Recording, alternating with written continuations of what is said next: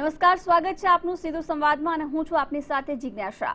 Corona જેવી મહામારીની વચ્ચે લોકડાઉન 4 આવવાનું છે નવા રંગરૂપ સાથે તેવી વડાપ્રધાને વાત કરી છે, પરંતુ એ તમામની વચ્ચે આર્થિક ગતિવિધિઓને આગળ વધારતા નાના મોટા ઉદ્યોગોને ચાલુ કરવાની પણ મંજૂરી આપવામાં આવી છે। ઉદ્યોગો ફરી ધમધમતા થશે એ સવાલ એટલા માટે કારણ કે ઉદ્યોગોને મંજૂરી તો આપી દેવામાં આવી છે, પરંતુ શ્રમિકો વતન પરત ફર્યા છે। શ્રમિકો જ નથી તો પછી સવાલ એ થાય છે કે ઉદ્યોગોને જે મલમ લગાવાઈ છે પરંતુ શ્રમ જ કરવાવાળા શ્રમિકો નથી, તો આખરે ઉદ્યોગોની ગાડી પાટા પર કેવી રીતે આવશે? તમામ મુદ્દે ચર્ચા કરીશું સીધો સંવાદમાં।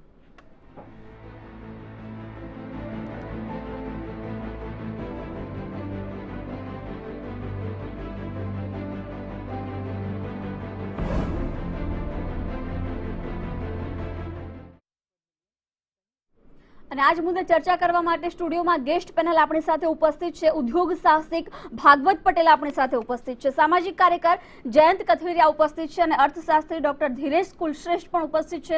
ત્રણેયનું સ્વાગત છે। સૌથી પહેલા ભાગવતભાઈ આપની પાસે આવું છું। ખૂબ સારી બાબત છે, છેલ્લા 2-3 મહિનાથી બધું જ ઠપ હતું, એ વચ્ચે ઉદ્યોગોને મંજૂરી મળી છે, પરંતુ ક્યાંક સૌથી મોટો સવાલ એ થઈ રહ્યો હશે કે શ્રમિકો જ નથી, તો આ પરિસ્થિતિમાં ઉદ્યોગો શું કરશે? શ્રમિકોનો પ્રશ્ન એ વિકટ પ્રશ્ન જરૂર છે અને આ કોરોના મહામારીમાં દરેક ઉદ્યોગકારને એ પ્રશ્ન સતાવી જરૂર રહ્યો છે। પણ હું મારા ઉદ્યોગ અને મારી આજુબાજુના ઉદ્યોગના સંદર્ભમાં જો વાત કરું તો પ્રમાણમાં અમારે ત્યાં સ્થાનિક રોજગારીની તકો વધારે છે અને સ્થાનિક ઉદ્યોગ શ્રમજીવીઓ વધારે કામ કરે છે અને અત્યારે લોકડાઉનના સંદર્ભમાં ministry of home affairs central ગવર્મેન્ટે જે ગાઈડલાઇન આપી છે એમાં ઓલરેડી એમણે કહ્યું છે કે 33% શ્રમિકોથી જ કામ ચલાવવાનું છે। એટલે મારી સમજ પ્રમાણે તકલીફ જરૂર છે જ, પણ સાથે સાથે ઉદ્યોગને ચલાવવા માટે જોઈતી જે ગવર્મેન્ટની ગાઈડલાઇન પ્રમાણે કામ કરવાનો જે સમય આવશે અને એ સમય છે જ, ત્યારે એટલી જ કેપેસિટીમાં અત્યારે ઉદ્યોગ ચલાવવા એવી સ્પષ્ટ સમજણ સાથે જ બધા ઉદ્યોગપતિઓ કામ કરે અને કરી રહ્યા છે, એવી મારી પોતાની સમજણ છે। ઠીક છે, આપ શું કહેશો ધીરેશભાઈ? કારણ કે જે રીતનો સવાલ ઊભો થયો છે કે ઉદ્યોગો ફરીથી ધમધમતા થાય એ દિશામાં પ્રયત્નો શરૂ થયા, શ્રમિકો નથી, કારણ કે અત્યાર સુધીમાં લગભગ 3.95 લાખ શ્રમિકો વતન પરત થઈ ચૂક્યા છે। એવામાં સૌથી મોટા ઉદ્યોગોની વાત કરીએ, જે મોટા ભાગે બહારના પરપ્રાંતિયો શ્રમિકો સાથે સીધું સંકળાયેલો છે, એ ઉદ્યોગો શું ફરીથી એ જ સ્થિતિમાં આવશે ખરા?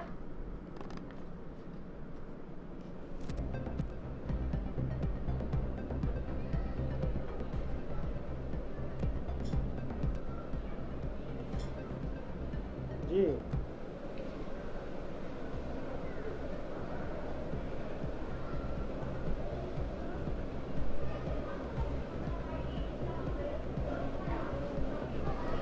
ધીરેશભાઈ, શું લાગી રહ્યું છે? કારણ કે આપણે આર્થિક ગતિવિધિઓને તેજ કરવાની વાત કરી, પરંતુ શ્રમિકો નથી, એટલે ક્યાંક આનાથી મોટો ફટકો પડશે ઉદ્યોગ જગતને?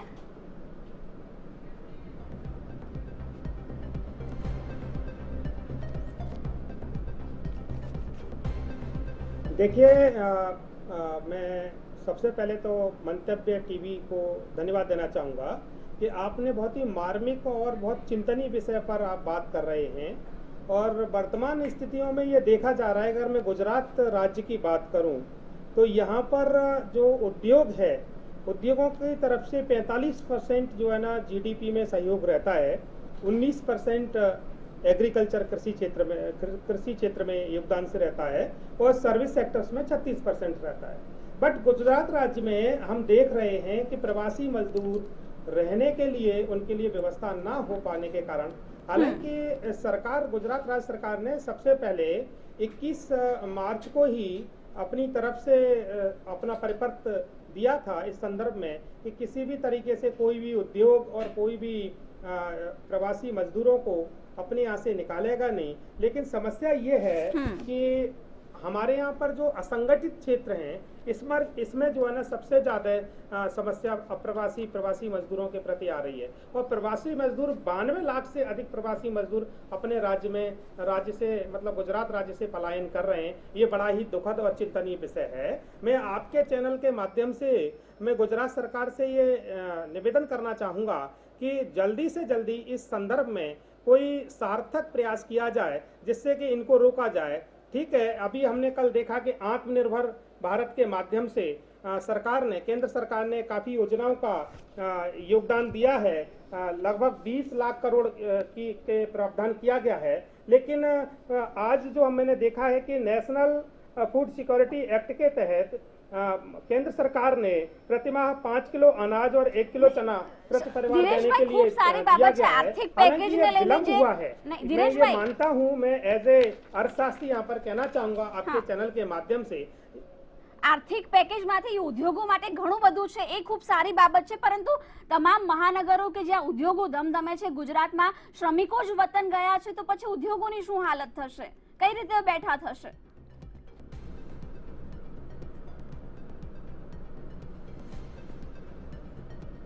बिल्कुल मैं इस बात से सहमत हूँ। मैं बिल्कुल आपकी बात से सहमत हूँ कि यदि आप उद्योगों को खोल देंगे और अगर उसमें काम करने वाले रोजगार मतलब श्रमिक नहीं होंगे, जब तक श्रमिक नहीं होगा तो प्रोडक्शन कैसे होगा, उत्पादन कैसे होगा। हाँ। तो मैं ये सरकार से आपके चैनल के माध्यम से गुजरात सरकार से मांग करता हूँ और ये निवेदन करता हूँ कि उनको रोकने के लिए पूर्णतः प्रावधान किया जाए। हालांकि केंद्र सरकार ने इस वक्त जो है ना उनको अनाज के लिए रुकने के लिए व्यवस्था की है, जिस पर बहुत मतलब तुरंत कार्रवाई करके हाँ। गुजरात सरकार को कार्रवाई करना चाहिए और उन्हें रोकने का प्रयास करना चाहिए। બિલકુલ, આપ શું કહેશો જયંતિભાઈ? કારણ કે જે પ્રકારે વન નેશન વન રાશનની આજની વાત કરવામાં આવે, આજની જાહેરાત થઈ એમાં કે લોકોને રોકવામાં પણ ત્યાર સુધી તો લગભગ 4 લાખ જેટલા શ્રમિકો વતન જઈ ચૂક્યા છે અને હજુ પણ મોકલવામાં આવી રહ્યા છે। એ તમામની વચ્ચે શ્રમિકોને રોકવા કેટલા જરૂરી છે, જે ગયા છે એમને રોકવા પહેલા કેટલા જરૂરી હતા? ગુજરાત સરકારે આજ સાંજ સુધીમાં 349 ટ્રેનની અંદર 4,70,000 મજૂરોને પોતપોતાના વતનમાં મોકલ્યા છે। આ નિર્ણય પહેલાં લેવાયો હોત તો તે બહુ જ યોગ્ય નિર્ણય કહી શકાત, પરંતુ અત્યારે જ્યારે 18મી તારીખે નવો યુગ શરૂ થવાનો છે અને એ સમય દરમિયાન ઉદ્યોગોને ચાલુ કરવા માટે મેનપાવર તો જોશે જ। અર્થશાસ્ત્રના જે 5 મુદ્દા છે, manpower, machinery, money, man and management, તો તેમાંથી મેન પાવર જ નહીં હોય તો ઉદ્યોગોને ફટકો પડશે। પણ એક વાત આપણે ધ્યાનમાં રાખવાની જરૂર છે કે અત્યારે સોશિયલ ડિસ્ટન્સ, ફિઝિકલ ડિસ્ટન્સ, એટલે કોઈ બસ જતી હોય તો 35 પેસેન્જરને જ બેસાડે છે, ટ્રેનની અંદર આઈઆરસીટીસીની ટ્રેન હોય તો જ બેસાડે છે। તો એ પ્રમાણે 12 લાખ વર્કિંગ ફોર્સ ગુજરાત પાસે છે। 4,70,000 ગુરુવારની સાંજ સુધીમાં જઈ ચૂક્યા છે એવું માનીએ છીએ। તો બાકીનો જે મેન પાવર રહ્યો વલસાડના પટ્ટાથી લઈ અને વેરાવળના ફિશરીઝ ઇન્ડસ્ટ્રી સુધીમાં ઘણા બધા મજૂરો અત્યારે પણ હાલ મોજૂદ છે। સાણંદની અંદર આજે સવારે જ મારે આસામના 28 મજૂરો સાથે વાત થઈ। એ લોકો અહીં રહેવાના છે, રાહ જોવાના છે અને 18મી તારીખ પછીની પરિસ્થિતિ પ્રમાણે કામ કરવાના છે। એક ફેક્ટરીમાં ગવર્મેન્ટના નોર્મ પ્રમાણે આટલો સ્ટાફ રાખી અને ઉત્પાદન કરવાનો, it is not a thing કે ફૂલ ફ્લેજમાં 18મીથી બધા જ ઉદ્યોગો ધમધોકાર ચાલુ થશે। એટલે ફેઝ વાઇઝ, સલામતી વાઇઝ અને ઉત્પાદનના આંક વાઇઝ આ કાર્ય શરૂ થવા જઈ રહ્યું છે। તો મને એવું લાગે છે કે હાલ મેન પાવર અત્યારે ગુજરાત પાસે ઉદ્યોગો માટે ચર્ચા આપણે કરી રહ્યા છીએ કે ઉદ્યોગો ધમધમતા થશે કે કેમ, કારણ કે શ્રમિકો જ નથી રહ્યા। ભાગવતભાઈ શું કહેશો? કારણ કે જે શરતોને આધીન છૂટછાટ અપાઈ છે 33% શ્રમિકો સાથે કામ કરવાનું છે, પરંતુ એ વસ્તુ તો આપણે સ્વીકારવી જ રહી, કારણ કે શ્રમિકો જ નથી। ભલે શ્રમિકો ગયા છે, શ્રમિકો નથી, એ તમામની વચ્ચે કેટલો ફરક પડી શકે, કારણ કે ઉદ્યોગો એ સ્પીડ ફરી લાવી શકશે ખરા? અત્યારનો આ જે કોરોના મહામારીનો જે સમય છે એ સમય બધા માટે જુદી જુદી જાતની ચેલેન્જ લઈને આવેલો આ સમય છે। હવેનો આજથી 25-50 વર્ષ પછીનો ઇતિહાસ જ્યારે લખાશે અથવા જ્યારે લોકો એની ચર્ચા કરશે ત્યારે કોરોના પહેલાંનો સમય અને કોરોના પછીના સમયની જ વાતો કરશે. એટલે આ એક ઇતિહાસની કરવટ બદલતો સમય છે અને આ બદલતા સમયમાં બધા લોકોએ એને સમજી વિચારીને આગળ ચાલવાનું છે. જેમાં સરકાર પણ ઘણા પ્રયત્નો કરી રહી છે. એવી રીતે બધા જ ઉદ્યોગપતિઓએ અત્યાર સુધી જે પણ કામ કરતા રહ્યા છે એને એ જ કામ જો કરતા રહીશું અમે, તો અત્યાર સુધી અમે જે મેળવ્યું છે એ કદાચ અમને નહીં મળી શકે. એટલે હવે પછીનો જે સમય છે એ ચેલેન્જિંગ ટાઈમ છે, કંઈક બદલાવનો સમય છે અને ઓછા માણસો સાથે પણ ઉત્પાદનને કેવી રીતે જાળવી રાખવું, કેવી રીતે ઉદ્યોગને ધમધમતા કરવા, એના માટેના વિચારો, એના માટેની વ્યવસ્થા, એ બધું જુદી જુદી રીતે વિચારવું પડશે. અને મને એવું લાગે છે કે ગુજરાતનો ઉદ્યોગપતિ છે, ગુજરાતની જે પ્રજા છે, ગુજરાતનું જે ખમીર છે, એ ખમીર આ ચેલેન્જિંગ ટાઈમમાં પણ કંઈક જુદું વિચારીને, કંઈક નવું લઈ આવીને, નવાચારને અમલમાં મૂકીને ચોક્કસ આવેલા સમયને સારી રીતે પાર પાડી શકશે, એવો મને પોતાને વિશ્વાસ છે. ઠીક છે, ઉદ્યોગ જગત માટે હવેનો સમય ચેલેન્જિંગ સમય રહેવાનો છે. દિનેશભાઈ, શું કહેશો? કારણ કે કદાચ નાના મોટા ઉદ્યોગો છે, અહીંના શ્રમિકો ગુજરાતના શ્રમિકોથી ચલાવી પણ લે, કારણ કે 33% શ્રમિકો સાથે કામ કરવાનું છે. પરંતુ ઘણા ઉદ્યોગો એવા છે, આપણે બાંધકામ ક્ષેત્ર જોઈ લઈએ, કૃષિ જોઈ લઈએ, ઇન્ડસ્ટ્રીઝ જોઈ લઈએ, જીઆઈડીસી જોઈ લઈએ, એ તમામમાં બહારના રાજ્યોના શ્રમિકો જ વધુ કામ કરતા હતા અને એ જ હવે નથી. તો કઈ રીતે રફતાર પકડીશું?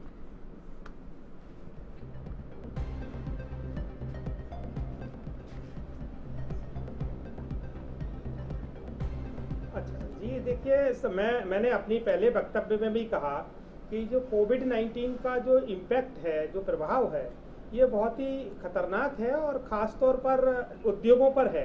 और जिस तरीके से हमारा जो गुजरात की स्थिति है, ये देखिए 45% जो है ना, 45% से ज़्यादा गुजरात की जो जीडीपी है, सकल घरेलू उत्पाद है, इसमें उद्योग जगत का सहयोग है, उद्योग जगत का योगदान है. मैं ये फिर से दोहराना चाहूँगा कि सरकार का मूल फोकस, हालांकि गुजरात सरकार बहुत संवेदनशील है, अपनी तरीके से काम कर रही है, लेकिन ये सच है कि जिस तरीके का कोरोना का अटैक है, जिस तरीके का प्रकृति का हम लोग देख रहे हैं दुष्प्रभाव और जो है ना असर देख रहे हैं, खास तौर पर उद्योगों पर, उस स्थिति में ये सच है कि बहुत सी सरकारें विफल हुई हैं. लेकिन इस अभी जो हम देख पा रहे हैं कि फंसे हुए जो प्रवासी हैं, उनके लिए 3500 करोड़ रुपए का प्रावधान दिया है. हाँ. कि 2 महीने तक के लिए उनको खर्च भारत सरकार द्वारा वहन किया जाएगा. भले ही चाहे वो किसी भी राज्य के उनका राशन कार्ड हो, लेकिन उन्हें राशन कार्ड के तहत जो है ना उन्हें राशन प्रदान किया जाएगा. और एक देश एक राशन कार्ड की पॉलिसी पर केंद्र सरकार काम कर रही है, जिसमें हमारी राज्य सरकार भी सम्मिलित है. फेयर प्राइस शॉप से प्रवासी जो लाभार्थी हैं, वो अपना वितरण, जो पब्लिक डिस्ट्रीब्यूशन सिस्टम है, सार्वजनिक वितरण प्रणाली के माध्यम से वो ले सकते हैं.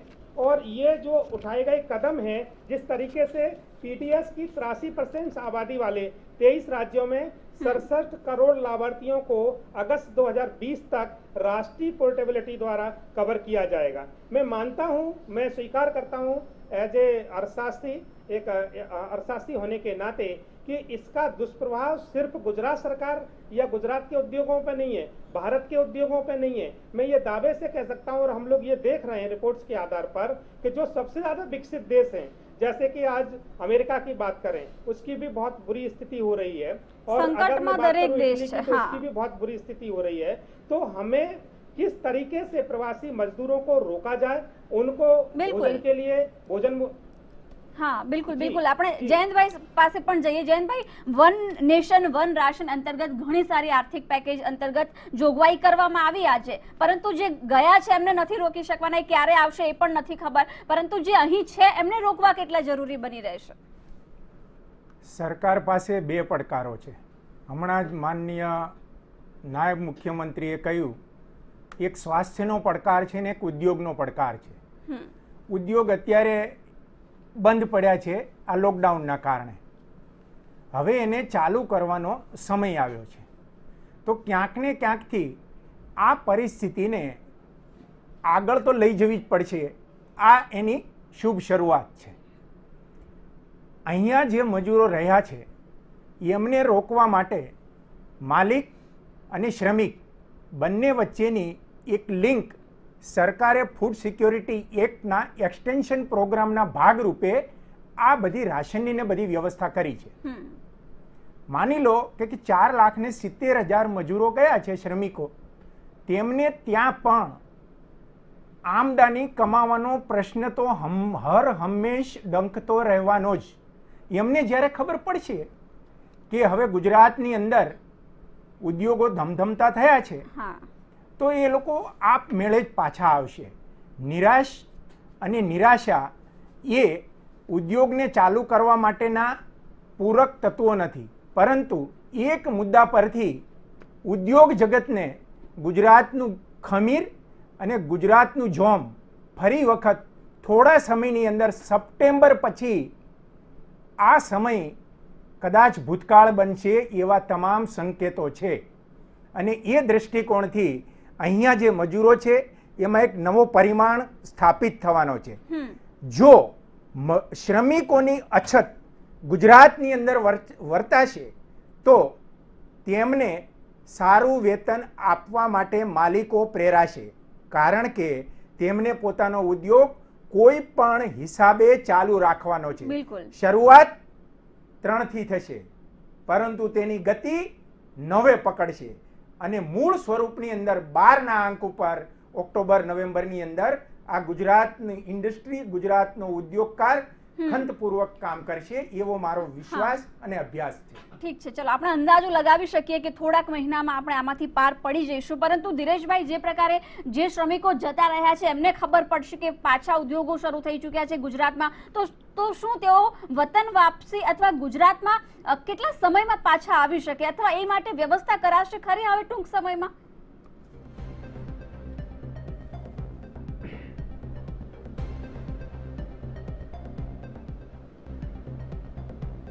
देखिए, मैं ये कहना चाहूँगा कि गुजरात की जो अर्थव्यवस्था है मैडम, ये 15 लाख करोड़ से अधिक की अर्थव्यवस्था है, और इस अर्थव्यवस्था में अगर सबसे ज़्यादा योगदान जो है ना उद्योग जगत का है, और अगर प्रवासी मजदूर को रोका नहीं गया तो उद्योग जगत बहुत विकट परिस्थितियों का सामना करना पड़ेगा उद्योग जगत को. हालांकि केंद्र सरकार ने और राज्य सरकार ने उसको स्वीकार भी किया है, माननीय मुख्यमंत्री जी ने उसको अपनी गुजरात सरकार ने उसको लागू भी किया है. प्रधानमंत्री आवास योजना के तहत अफोर्डेबल रेंटल हाउसिंग कॉम्प्लेक्स की व्यवस्था की जा रही है.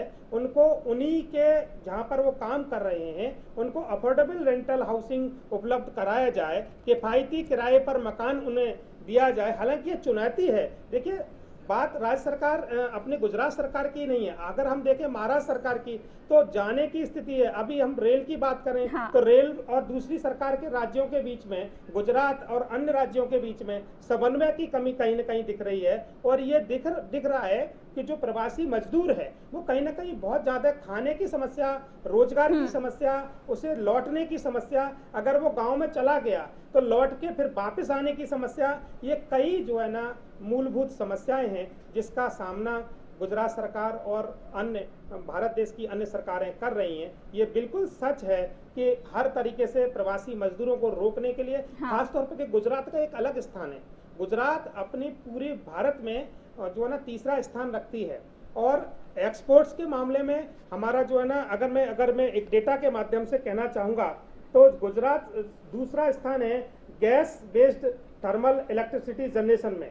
अगर देखा जाए तो कपास के माध्यम में हम लोग प्रथम स्थान रखते हैं. कपास हमारे यहाँ सबसे ज़्यादा गुजरात में पैदा होता है, और इस तरीके से हम कपड़े का निर्यात भी बहुत करते हैं. हमारे यहाँ सेरामिक इंडस्ट्री है, मेटोड़ा है राजकोट की अगर मैं बात करूँ, मोरबी में सेरामिक इंडस्ट्री है. इन इंडस्ट्रियों में अगर जाकर के देखा जाए तो संगठित और असंगठित क्षेत्र दोनों में ही बाहर के राज्य जो हमारे पड़ोसी राज्य हैं, खासतौर पर बिहार है, उत्तर प्रदेश है, मध्य प्रदेश है, इन राज्यों के मजदूर यहाँ पर रह करके कार्य कर रहे हैं और उन्हें जाना पड़ रहा है. उसका कहीं ना कहीं कारण है कि सरकार से निर्णय लेने में थोड़ा सा विलंब हुआ है. इसको सहर्ष स्वीकार करना चाहिए. ये निंदा करना बात नहीं है इसको स्वीकार कर लेना चाहिए. लेकिन अभी भी समय है. यदि सरकार उनको उद्योगों को पुनर्जीवित करना चाहती है, अपनी अर्थव्यवस्था व्यवस्था को पुनः लागू करना चाहती है तो सरकार को चाहिए कि हर हाल में उनको रुकने की व्यवस्था की जाए। हाँ। उनके लिए जो है ना भोजन की व्यवस्था की जाए।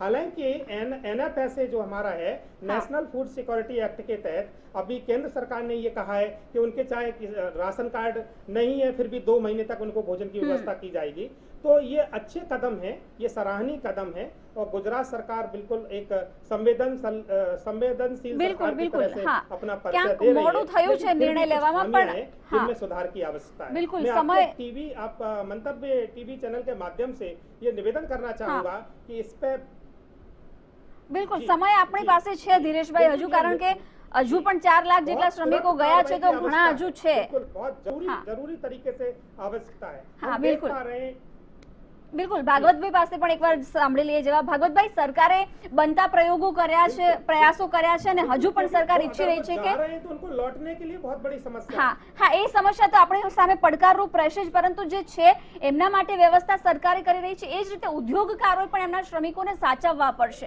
ખાસ કરીને રહેવાની સગવડ માટે। મારું આ બાબતમાં મંતવ્ય એવું છે કે જે પણ ઉદ્યોગકારો એમની સાથે જે શ્રમિકો જોડાયેલા છે એમને આ અત્યાર સુધીના લોકડાઉનના પીરિયડમાં એમનું ખૂબ જ ધ્યાન રાખ્યું છે અને કાળજી પણ લીધી છે, પણ ફક્ત માણસને એકલો ખાવા પીવાની વ્યવસ્થા કરવાથી માણસની બધી જરૂરિયાત સંતોષાતી નથી। એને શ્રમિક માણસ છે, એને શ્રમની જરૂરિયાત છે। હવે આપણે જોઈ રહ્યા છીએ કે આ નજીકના સમયમાં 18 તારીખે ગુજરાત સરકાર અને ભારત સરકાર પણ જે ચોથા લોકડાઉન તરફ જઈ રહ્યું છે ત્યારે ઉદ્યોગોને ધીરે ધીરે કરીને પરમિશન આપીને શરૂ કરવા માટે જઈ રહ્યું છે।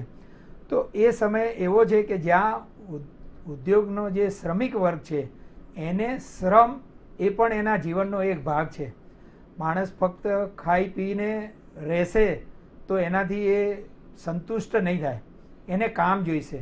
અને હવે આપણે એવું આશા રાખીએ કે આ આવતો સમય 18 તારીખ પછીનો જે સમય છે કે જ્યારે લોકડાઉન ખુલશે અને બધા જ ઉદ્યોગો શ્રમિકોને કંઈ ને કંઈ કામની વ્યવસ્થા કરશે, તો મારી સમજ પ્રમાણે જે ઉદ્યોગમાં જે શ્રમિકો અહીંયા અત્યાર સુધી રહ્યા છે એ શ્રમિકો ધીરે ધીરે ધીરે પોતાના મૂળ કામ ઉપર પરત ફરશે અને over A period of time, કદાચ 1 મહિનો 2 મહિનો જેમ સમય આવશે એમ ધીરે ધીરે બધું થાળે પડતું જશે। પણ આ સમય, આ સંજોગ એ જરૂર પડકારરૂપ છે અને પડકાર એક જીવનનો ભાગ છે, એને સ્વીકારીને જ આપણે ચાલવાનો વારો છે। બિલકુલ, જયંતભાઈ શું કહેશો? કારણ કે અત્યારે લોકડાઉનના આટલા સમયમાં પણ શ્રમિકોના અનેક પ્રશ્નો રહ્યા, એમની પાસે રહેવાની વ્યવસ્થા, કદાચ 2 ટાઈમ જમવાનું મળતું હતું તેમ જ છતાં પણ એમની એક જ માંગ હતી, વતન જવું છે, અને એ વચ્ચે આ તમામને રોકવા પણ કેટલો મોટો પડકાર હશે? સમાજ જુદા જુદા ઘટકોનો બનેલો છે, વેપારી, ઉત્પાદક, ગ્રાહક, કિસાન, કર્મચારી, એમાંનો એક શ્રમિક છે। શ્રમિક શ્રમ સાથે સંકળાયેલો છે અને તેના કારણે તે વતનથી દૂર રહેતો હોય છે। મેં પહેલાં જ કહ્યું તેમ 4,70,000 મજૂરો જઈ ચૂક્યા છે, ત્યાં પણ તેમની શું પરિસ્થિતિ હશે જુઓ। હું પણ મારા વતનમાં જાઉં 5 દિવસ, 15 દિવસ, 20 દિવસ, 25 દિવસ, 30 દિવસ, ત્યાર પછી મને થાય કે ચાલ કામ પર પાછો જાઉં। આ શ્રમિક પણ એ જ વિચાર છે, કારણ કે આજીવિકાનું અગત્યનું અંગ એ અર્થ છે, એટલે સ્ટેબિલિટી, સિક્યોરિટી અને સેફટી, આ 3 બાબતો ગુજરાતના ઔદ્યોગિક જગતમાં સ્થાપિત થઈ ચૂકેલી બાબત છે અને તેના કારણે જ ગુજરાત, જેમ અર્થશાસ્ત્રીએ કહ્યું એમ, ત્રીજા નંબર ઉપર ઔદ્યોગિક ઉત્પાદનની અંદર છે। ગુજરાત હંમેશા પોતાના લોકોને સાચવતું આવ્યું છે, એવી રીતે શ્રમિકોને પણ એ સાચવીને પોતાના ઉદ્યોગની હરણફાળ ટૂંક સમયમાં જ ભરશે તેવો મારો પોઝિટિવ અભિપ્રાય અને મારો અભ્યાસ છે। બિલકુલ, ધીરેશભાઈ શું કહેશો? કારણ કે શ્રમિકો ગયા છે, એ ક્યારે આવશે અથવા એમને લાવવો એ પડકાર તો છે જ, પરંતુ હવે જ્યારે ઉદ્યોગોને મંજૂરી મળી છે તો શું વ્યવસ્થા હોવી જોઈએ? જેટલા શ્રમિકો આપણી પાસે છે એમાં ઉદ્યોગોને બેઠા કરવાના છે, આખરે એવી કેવા યોજના હોવી જોઈએ કે ઉદ્યોગ જગતમાં ફરી પ્રાણ ફૂંકાય?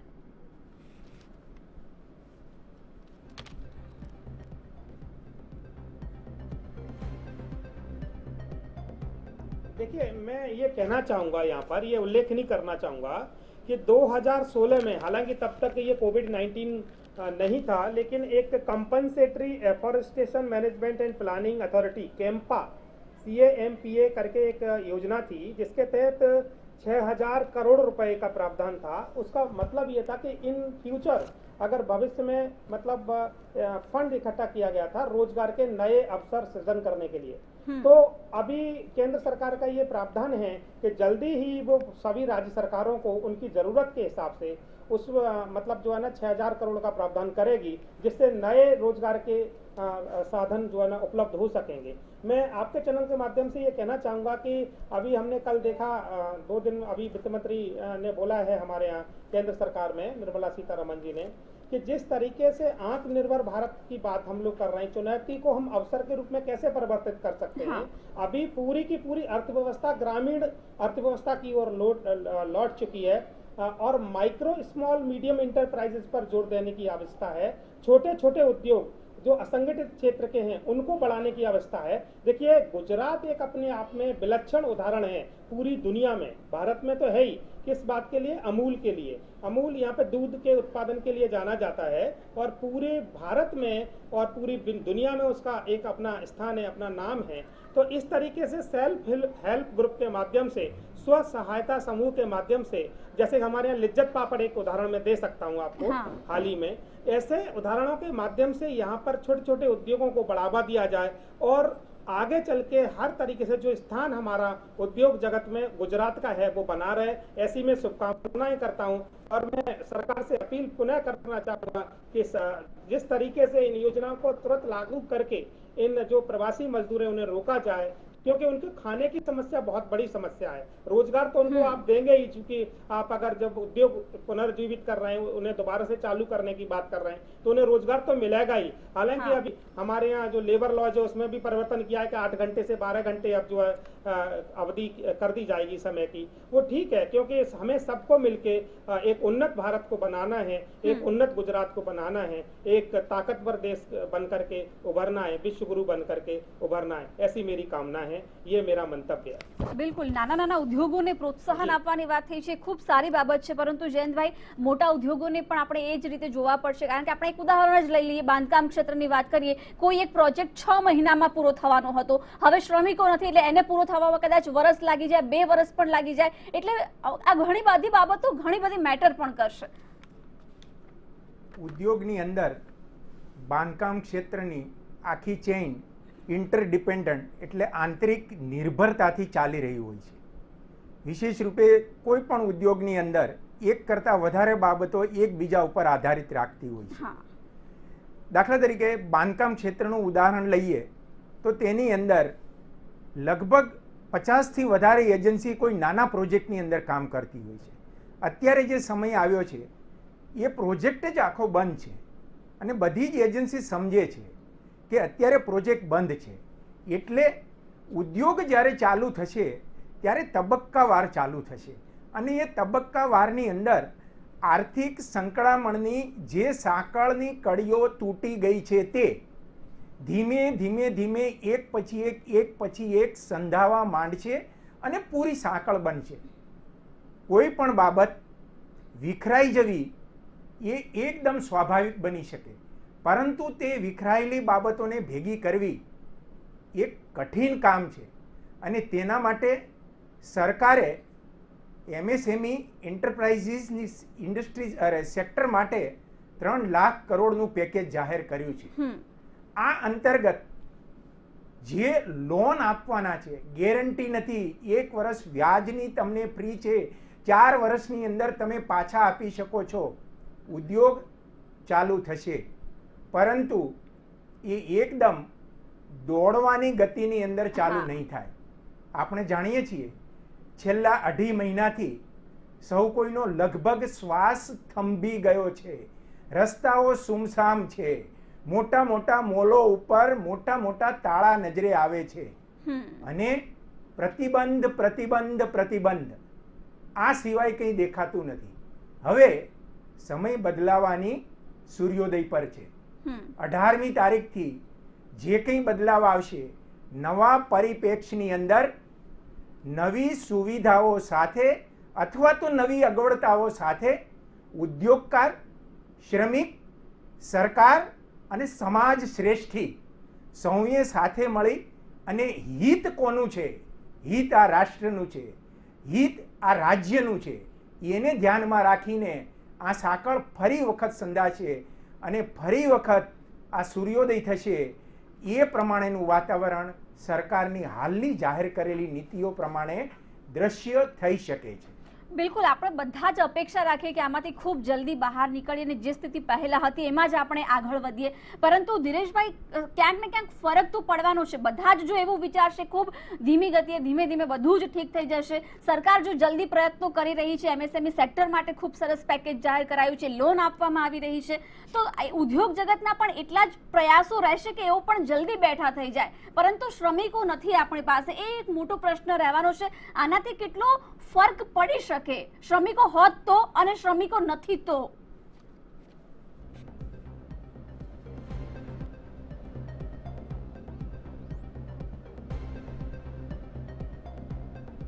देखिए, मैं ये कहना चाहूँगा यहाँ पर कि, और ये इसमें कोई दो राय नहीं है, एक अर्थशास्त्री होने के नाते मैं ये बात यहाँ रखना चाहूँगा कि जो बड़े उद्योग हैं, जैसे कि ऑटोमोबाइल इंडस्ट्री है हमारे देश की, हाँ, उसकी स्थितियाँ एकदम ठीक नहीं होंगी.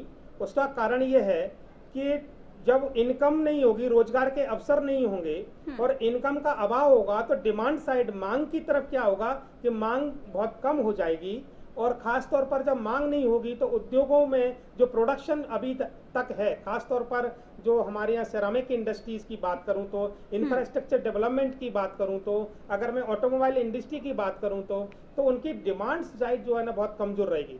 मैं ये कह सकता हूँ अपने अध्ययनों के माध्यम से, जो मैं समझ पा रहा हूँ और मैंने अध्ययन किया है अभी लास्ट 2 महीने से जो ये चल रहा है अपना लॉकडाउन के पीरियड में, मैं देख पा रहा हूँ कि ये जो मांग है, अगर ये मांग जो है ना खाने पीने के आइटम्स हैं, जो फूड आइटम्स हैं, उनकी तो रहेगी, लेकिन जो हमारे यहाँ भारी उद्योग हैं वहाँ पर बहुत बड़ी समस्या है.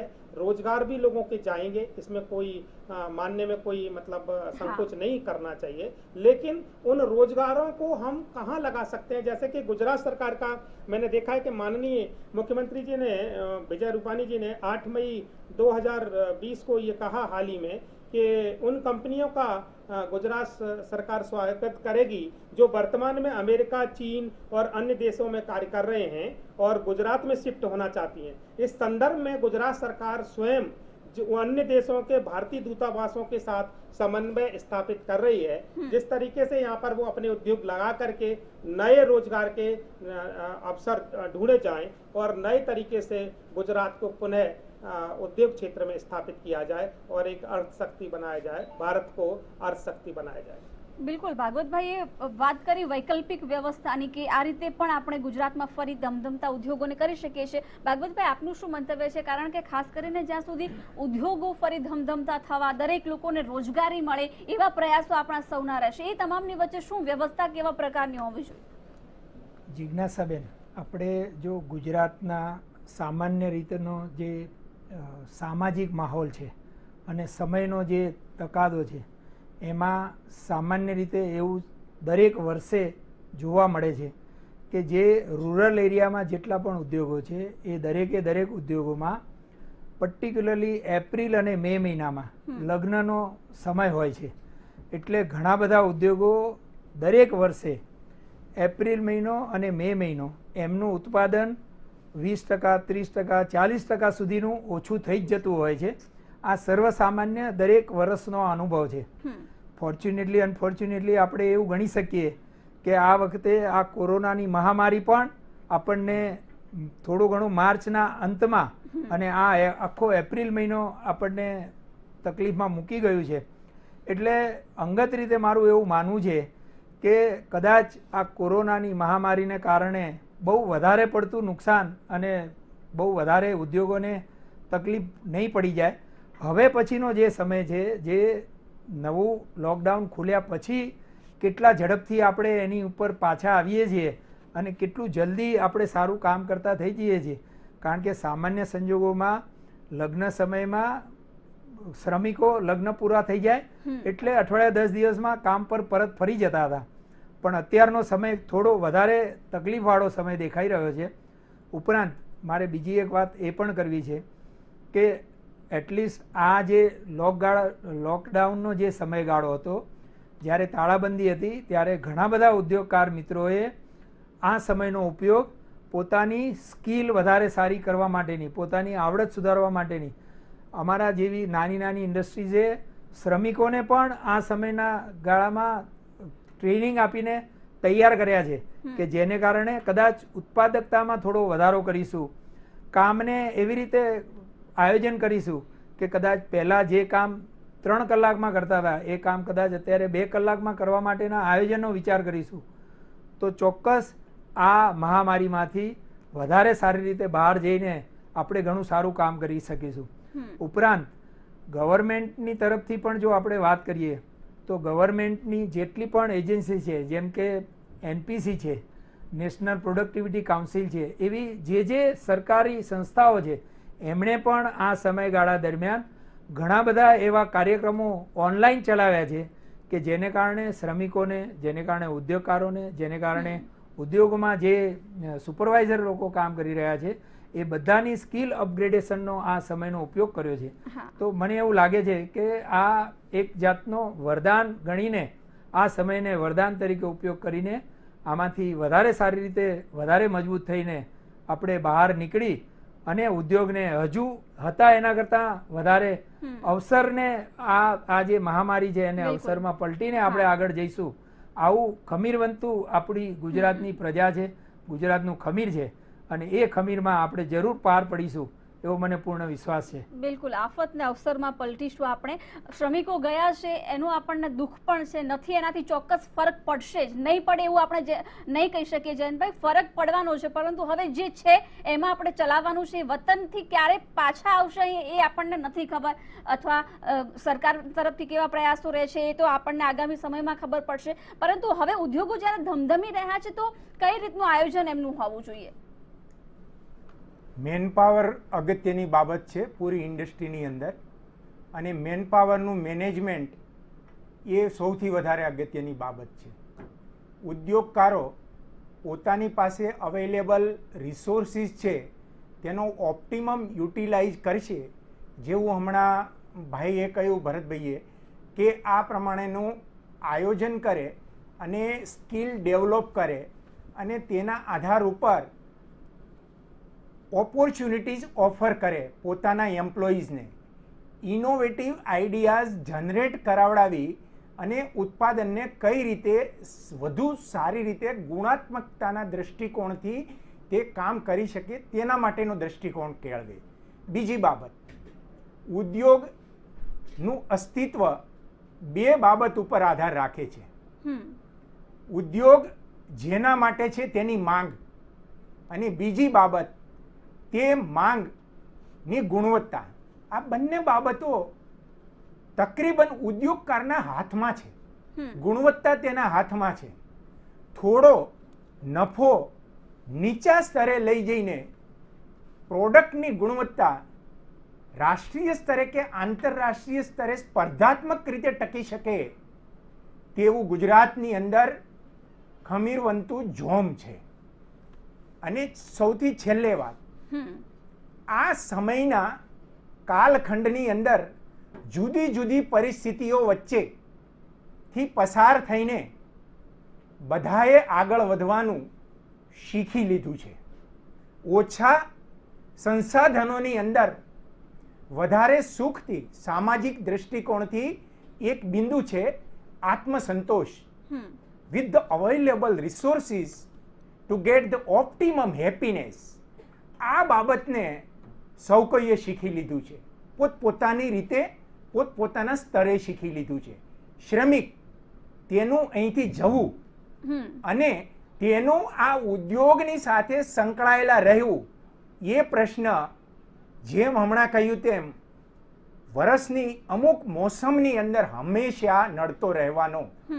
પરંતુ છેલ્લે એ વાત કહી શકાય કે શ્રમિક જે ગયા છે एक बार फिर से लौटेंगे, क्योंकि वतन की याद कुछ दिनों के लिए रहेगी और फिर से शहर के उद्योगों की ओर अपनी मंजिल लगाएगा।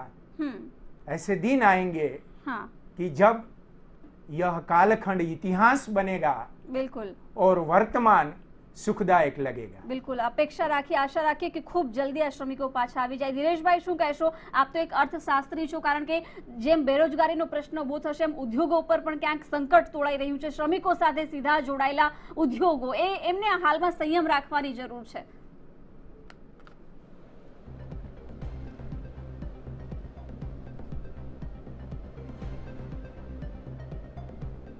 जी देखिए, मैं ये कहना चाहूँगा, अगर गुजरात की बात करें तो वर्कफोर्स अगर देखें तो 44.7% से अधिक ग्रामीण क्षेत्रों में वर्कफोर्स है और 38.4% जो है ना से अधिक शहरी क्षेत्रों में।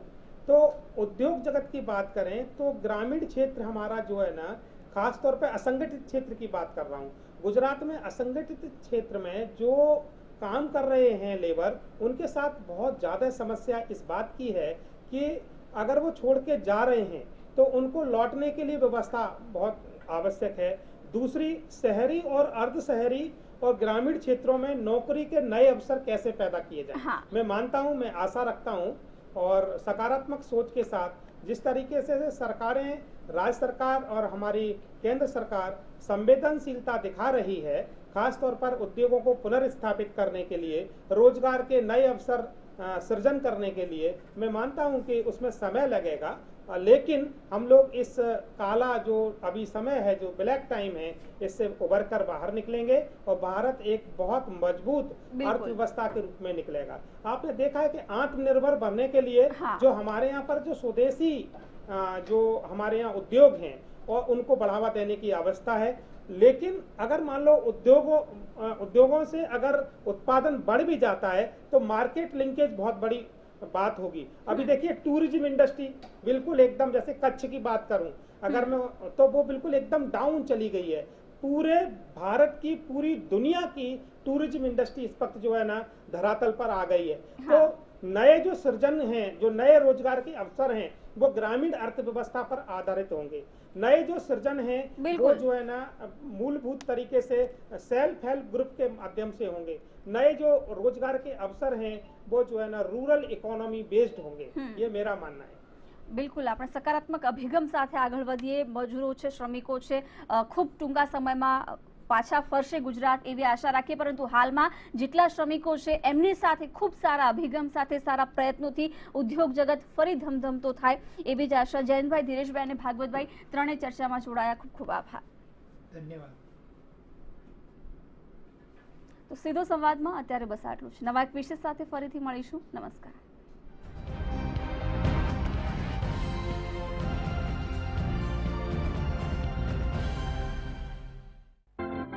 Belt and Bearing House Private Limited, BBH Bearing, Engineers